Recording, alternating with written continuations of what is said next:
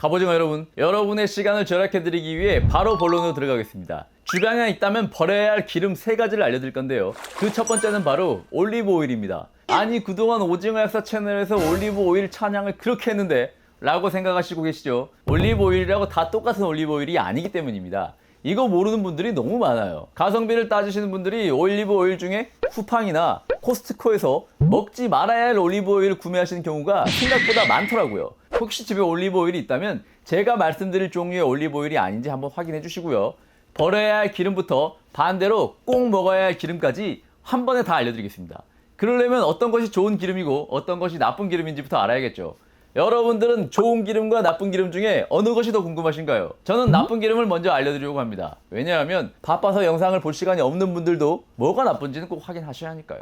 일단 제가 나쁜 기름으로 첫 번째 언급한 올리브 오일, 이게 왜 나쁘냐고요? 올리브 오일에도 등급이 있다는 거 알고 계셨나요? 올리브 오일을 잘못 골라 손해보는 일이 없으려면 이 등급을 알아두셔야 할 필요가 있습니다. 올리브 오일의 종류는 크게 엑스트라 버진, 퓨어 이렇게 3등급으로 나누고 그 아래로 라이트, 포마스, 램판테 등급이 있습니다. 엑스트라 버진 등급은 높은 등급의 올리브를 사용해서 열매에서 한 번 짜낸 기름입니다. 산도가 0.8% 이내일 때 엑스트라 버진 등급으로 치는데 이 엑스트라 버진 등급이 가장 좋은 기름이에요. 산도란 기름을 추출할 때 나오는 유리지방산의 함량을 말하는 건데요. 산도가 낮을수록 기름이 덜 산화돼서 질이 높은 기름으로 치기 때문에 같은 엑스트라 버진 등급이라도 산도에 따라 질이 갈리기도 합니다. 버진 등급은 엑스트라 버진 오일을 만드는 데 사용한 올리브를 한 번 더 짜낸 것이거나 엑스트라 버진 등급보다는 낮은 단계의 올리브를 짜낸 거고요.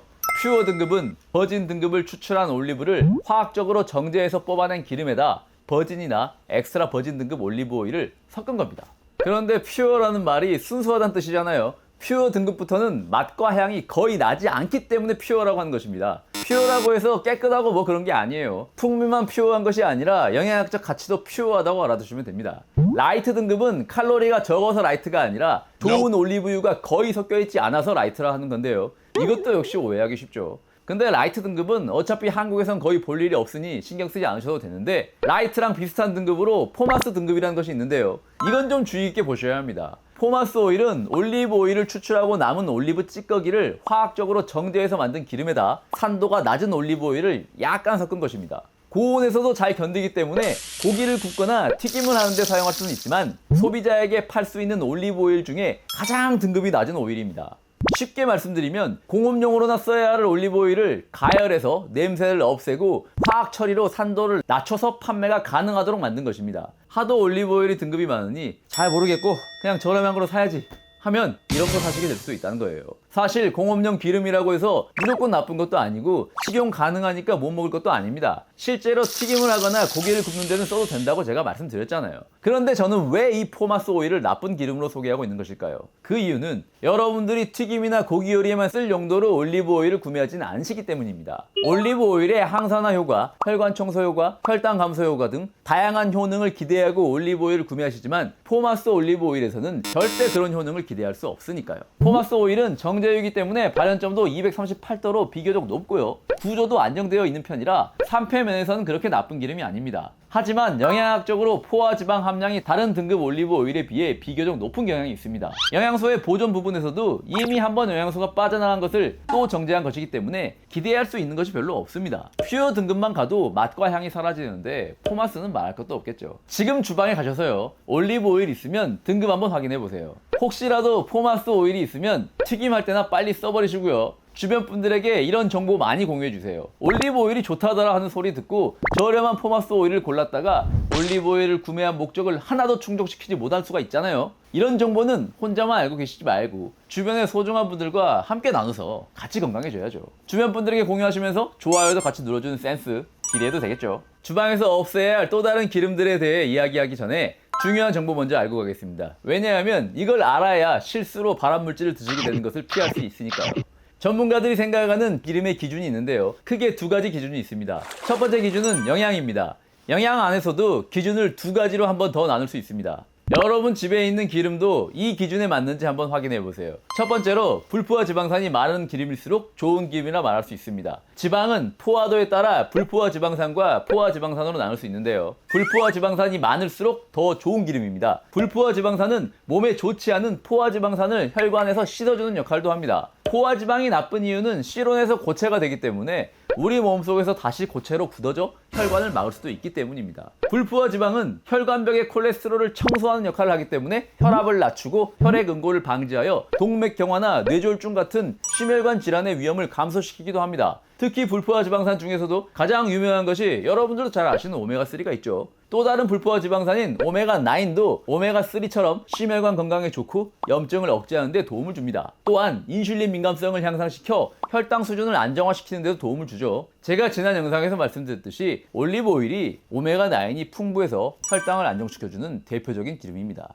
그런데 불포화 지방산이라고 다 좋은 것은 아닙니다. 같은 불포화 지방산 중에서도 오메가6는 무조건 나쁜 것은 아니지만 과량 섭취 시 우리 몸에 염증을 만들기 때문에 오메가6가 많이 들어있는 기름은 좋은 기름이라고 할 수가 없습니다. 정리하자면 포화 지방산이 적고 불포화 지방산이 많을수록 좋은 기름이고요. 그 불포화 지방산 중에서도 특히나 오메가3와 오메가9이 많고 오메가6가 적을수록 좋은 기름으로 칩니다. 두 번째로 영양소가 잘 살아있을수록 좋은 기름입니다. 좋은 기름에는 비타민과 미네랄을 비롯한 다양한 영양소가 들어있습니다. 기름에 주로 포함되어 있는 비타민 E, 폴리페놀 등의 항산화 물질은 노화 방지, 심혈관 질환 개선, 콜레스테롤 감소 등의 다양한 효능을 가지고 있습니다. 이런 항산화 물질은 기름이 산화되는 것도 막아줍니다. 그리고 기름은 추출하는 방법에 따라 압착류와 정제유로 나뉘는데요. 단어만 들어도 아시겠지만 압착류는 물리적으로 짜는 것이고요. 정제유는 화학적으로 정제하는 것입니다. 아까 설명드린 올리브유에 비유하자면 생 올리브를 짜서 기름을 추출한 엑스트라 버진과 버진 등급이 압착류에 해당한다고 말씀드릴 수 있죠. 이렇게 물리적으로 압착해서 짜낸 기름은 원료의 영양소를 대부분 그대로 가져가게 됩니다. 그러면 여러분, 이번에는 정제유를 만드는 법 한번 알아볼까요? 정제유는 핵산 용액에 담가서 기름을 추출하고 열을 가해 남은 핵산을 증류시켜 기름만 남기는 방식으로 만듭니다. 저비용에 대용량의 기름을 얻을 수 있으니 자주 쓰이는 방법인데요. 문제는 이 핵산이 다 증류되지 않는다는 것입니다. 실제로 시판 중인 정제유에서 핵산이 검출된 사례도 많이 있었고요. 핵산은 장기간 섭취 시 중추신경계와 호흡기 장애를 일으킬 수 있습니다. 핵산을 증류시키는 과정에서 트랜스 지방이 포함되기도 하고요. 당연히 영양소는 다 파괴됩니다. 이해를 돕기 위해 단순하게 표현하자면 정제유는 영양학적으로 나쁜 기름, 압착류는 영양학적으로 좋은 기름이라고 생각하시면 됩니다.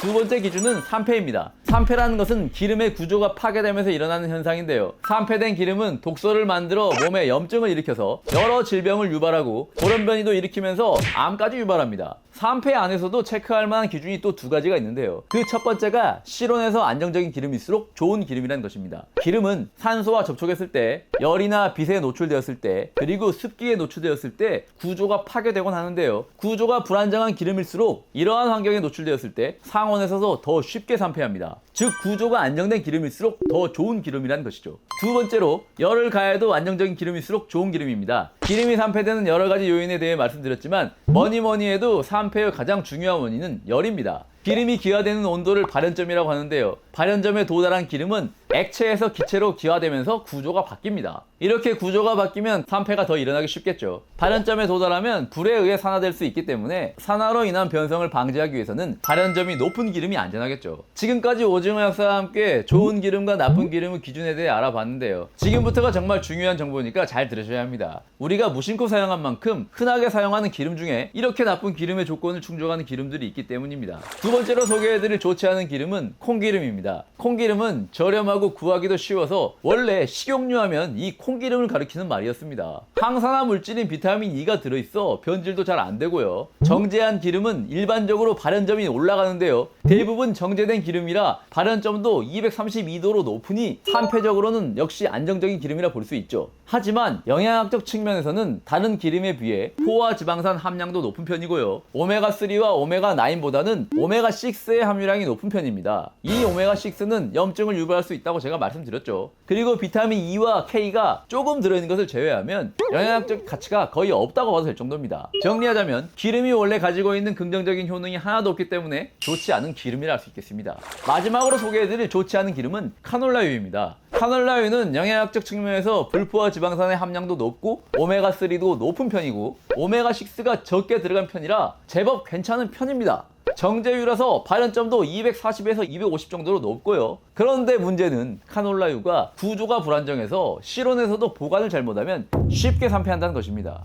산패는 우리 몸에 직접적인 영향을 끼치고 심하면 암을 유발하기 때문에 저는 이 카놀라유를 특히나 최악의 기름으로 꼽고 싶습니다. 이쯤 되면 대체 무슨 기름을 써야 하냐고 오징어 약사에게 따지고 싶으실 텐데요. 당연히 정제유보다는 영양소가 살아있는 압착유를 쓰는 것이 좋겠죠. 압착유 중에서도 제일 괜찮은 기름을 꼽으라면 저는 두 가지 기름을 추천드리고 싶습니다.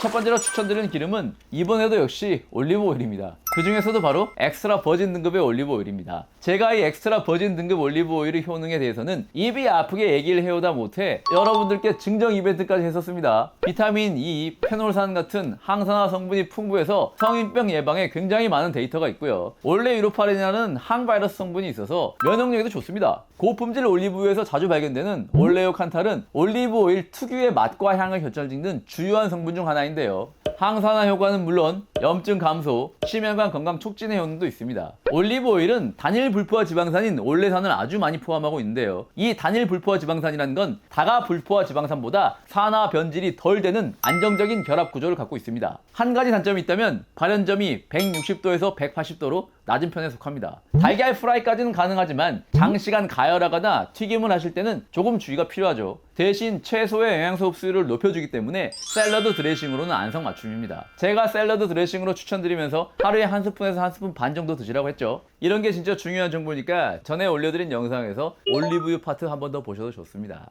좋은 기름 그 두 번째, 아보카도 오일입니다. 당연히 압착 아보카도 오일을 말하는 거고요. 아보카도 오일도 불포화 지방산인 오메가9 중에 올레산이 주 지방산이기 때문에 구조가 안정적입니다. 거기에 칼륨과 비타민 A, 비타민 E가 풍부합니다. 식용유 중에서는 발연점이 240도로 높은 편이기 때문에 튀김 요리도 가능합니다. 단점이 있다면 가격이 좀 나간다는 건데요. 비슷한 등급의 올리브 오일보다 비싸니까요. 무난하게 샐러드 드레싱을 원하신다면 엑스트라 버진 등급의 올리브 오일을 쓰시면 되고요. 가격은 별로 신경 안 쓰고 열을 가하는 요리를 자주 하실 거라면 아보카도 오일을 드실 것을 추천드립니다. 그리고 참기름이나 들기름 물어보시는 분들도 있을 텐데요. 이것들은 올리브 오일과 아보카도 오일의 주성분인 단일 불포화 지방산보다 구조가 불안정한 다가 불포화 지방산으로 구성되어 있습니다. 그렇기 때문에 발연점이 160에서 170도 정도로 낮아서 가열에는 적합하지 않으니 무침용으로 드시는 것이 좋습니다. 그리고 참기름보다는 들기름이 더 산패가 빨리 되니 들기름을 더 보관에 주의하시는 것이 좋습니다.